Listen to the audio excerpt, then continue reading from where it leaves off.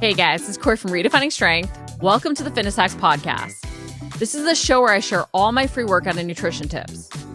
I'm not going to ever fill this episode with sponsorships or ask you to buy anything.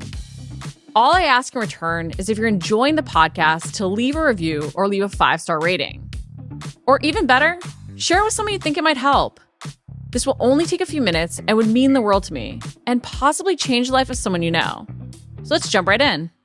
I eat so clean. I train 5 to 6 days a week. I lift heavy. I don't eat any junk food. I just don't understand why I'm not seeing results.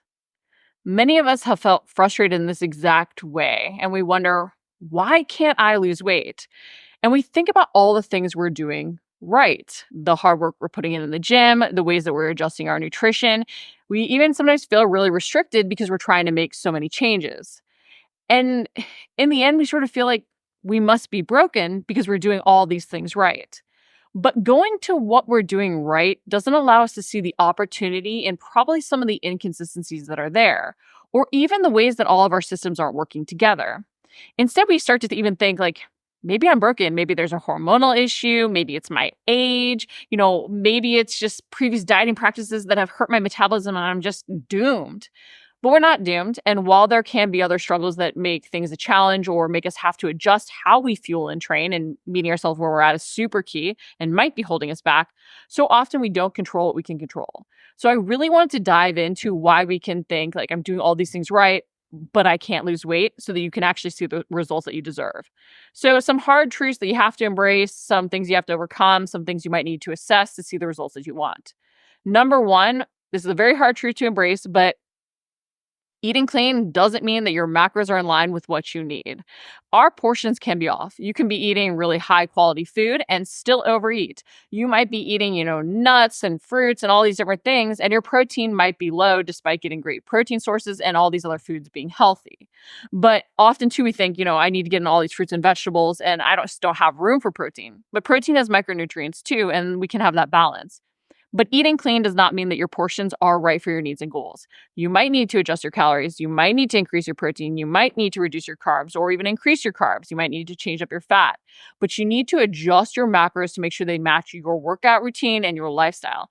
And as your activity level changes, as your goals change with your workouts, as your body changes, what portions are right for you might need to adjust. What worked for you maybe when you were, training for that marathon or younger and super active might not work for you as maybe you've become more sedentary.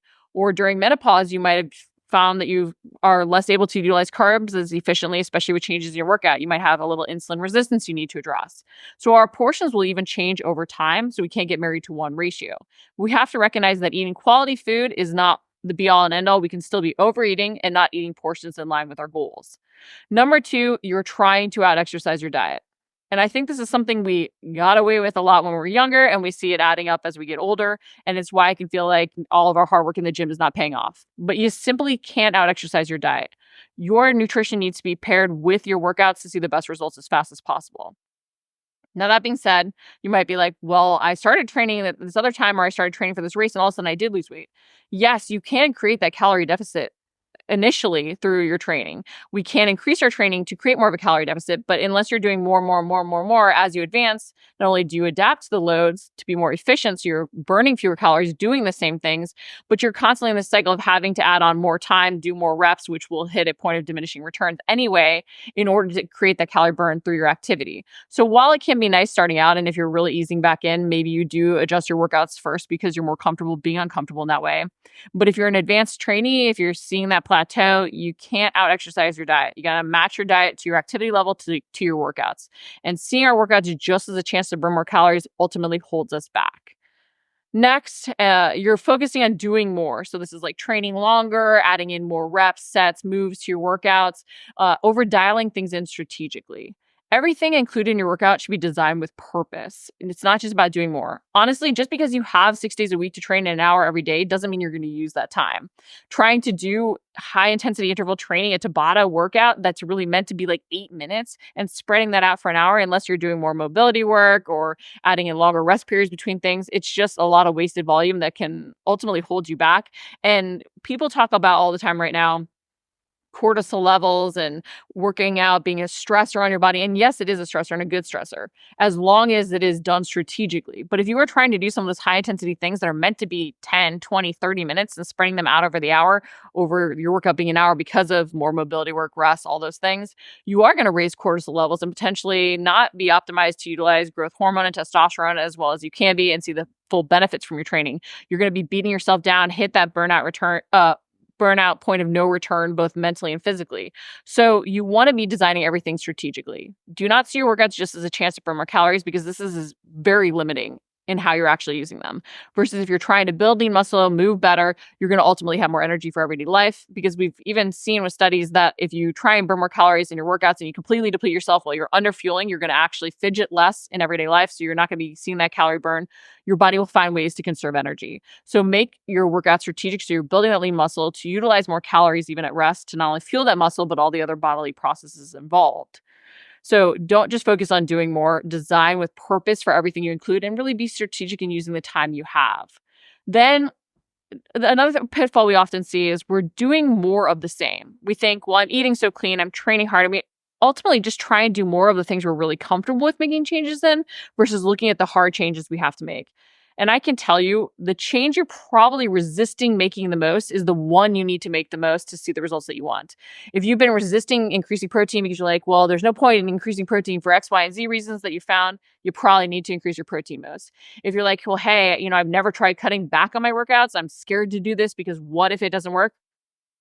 Often you just add in more training, and that's why you're not seeing the results you want, because you're not truly doing something different. So often we look at making changes. And so yes, we're making changes, but we're making them in the same way we've always made them. We're doing more of the same things versus truly doing something different. We're cutting our calories lower because we're comfortable doing that versus saying, hey, we're doing more of the same with restriction. We cut out other food groups instead of saying, hey, how can I work in a diversity? How can I change my macros? How can I actually eat more to fuel? So really take that step back to say, hey, I'm making changes, but am I doing more of the same that I'm comfortable with, or truly making a change that is outside my comfort zone, that is in a new direction, that has purpose towards my goal? Then think about, are you being as consistent as you think you're being? Are you suffering from the good all week? Because I can tell you a lot of times there's just inconsistencies adding up. And that's part of the problem. We don't see those 1% deviations. We say, well, I'm being good enough, or, this is okay, or, one thing can't hurt, and one thing won't hurt.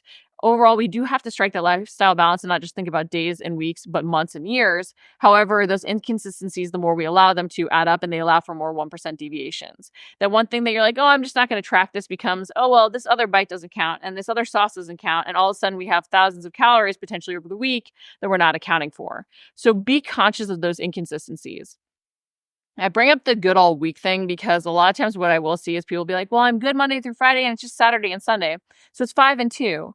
But what we don't recognize is that if we're creating that smaller calorie deficit over the week to try and retain lean muscle, not hit that starvation, not feel restricted, ultimately what we're doing is only building up a very small calorie deficit over the week, which is very easy, amazingly easy to blow over the weekend with those 2 days. And then with a couple of vacation days and a couple of days that don't quite go as planned here and there, all of a sudden over the month, that consistency really isn't there. So you have to think not just in terms of 5 and 2, but also the actual calorie intake, the actual macro impact. Because a lot of times on Saturday and Sunday too, we're not chowing down an extra protein. It's extra carbs and fat, which can dramatically impact the ratio we're seeing over the course of that week. So we can't ignore those inconsistencies. I know a lot of times it can feel like we're beating ourselves up over not being perfect, but you're not seeking to be perfect. You're seeking to see opportunity and ways to improve what you're already doing over having to make dramatic changes. Because it goes back to like the thing of we need to be reminded more than we need to be taught. We often need to tweak more than we need to overhaul. We need to make those small improvements that really add up, that are meeting us where we're at. Also, I'll tell you, and this is like tip number 6, you're not recognizing the other ways that results are building. So I kind of beat us up a little bit over all the little things that might be off, but I also think a lot of times we don't see the ways that results are snowballing. So we throw out things that are working because we just don't see progress in the exact way we want to. And I think that's where we can even think programs haven't worked. I can tell you I've done a lot of different things, and if I only had one one vision for what my goal was, one outcome that was satisfactory, I wouldn't have gotten the benefit out of a lot of things that I have. But I've always sought to learn one thing, even if it's something I didn't like, from everything I've done. And so when you're seeking a goal like weight loss, you have to celebrate the other wins. Are you doing things like including more micronutrient diversity that's going to help for your health? Are you feeling more energized? Are you sleeping better? Are clothing items feeling better or fitting better, even though you might not have seen that change on the scale yet? Are you lifting more in your workouts? Are you able to run faster? You have to find these other ways to measure progress to know that the habits are paying off for your body as you make those little tweaks and keep moving forward towards your goals. But we have to find ways to celebrate the changes we're making. And sometimes that even means just giving ourselves credit for stepping outside our comfort zone. Hey, I'm tracking. No, I'm not yet making any changes to my diet. And I know that tracking itself can feel overwhelming, and I'm putting in a lot of effort for this, and it doesn't feel like the outcome quite matches it. But I'm going to celebrate that I'm making this one habit, because as this habit becomes easier, I can make more changes that truly snowball towards my goals. So you have to find other ways to celebrate the wins in the habits that you're implementing. Otherwise, you're not going to stick with them and you're not going to enjoy the journey, because often there are a lot of other ways that we're already seeing results. We're just not recognizing them. And that makes us throw out things that are working and try and tweak those things that don't need to be tweaked. Then the other hard fact to own, because none of us like being patient, myself included, is that we simply haven't been at things long enough. I've had clients be like, I've done this for a week.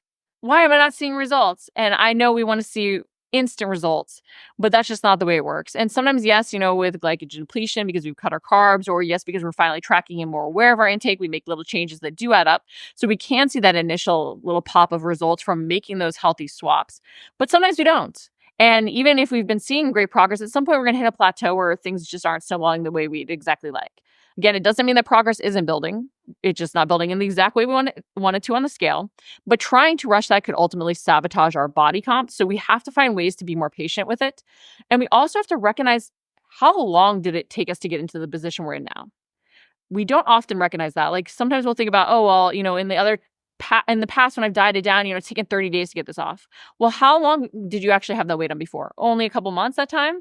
Okay, well, now you've done that crash diet, which has impacted your metabolic rate, and now you put the weight back on, and now you've had it on for 3 or 4 months or 3 or 4 years, right? So all those things change. And so each time we diet down, not only do we impact our metabolic health and potentially implement improper dieting practices that might have served us to get the weight off, but not served our overall muscle or metabolism. And that can make it harder now. But how long we've had the weight on can impact the rate at which we see it come off.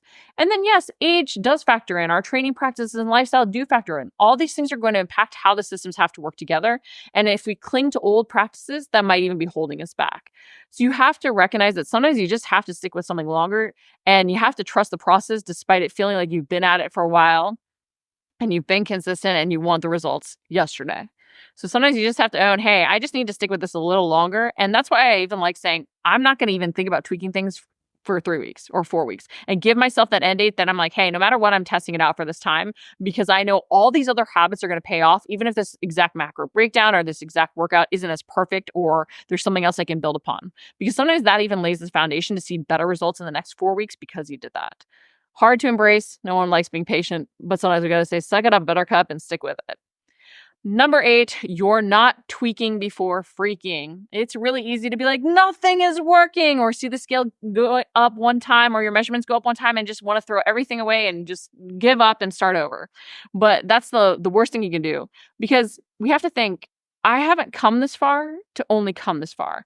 And every time you're starting over, you're not just starting over, you're starting backwards, because now you're redoing everything. You've potentially done things in the meantime to sabotage yourself, because we all have had those moments, right? The self-sabotage, who cares? And then we go, maybe eat the pint of ice cream or the bag of chips, whatever your craving is, maybe both. That would be me.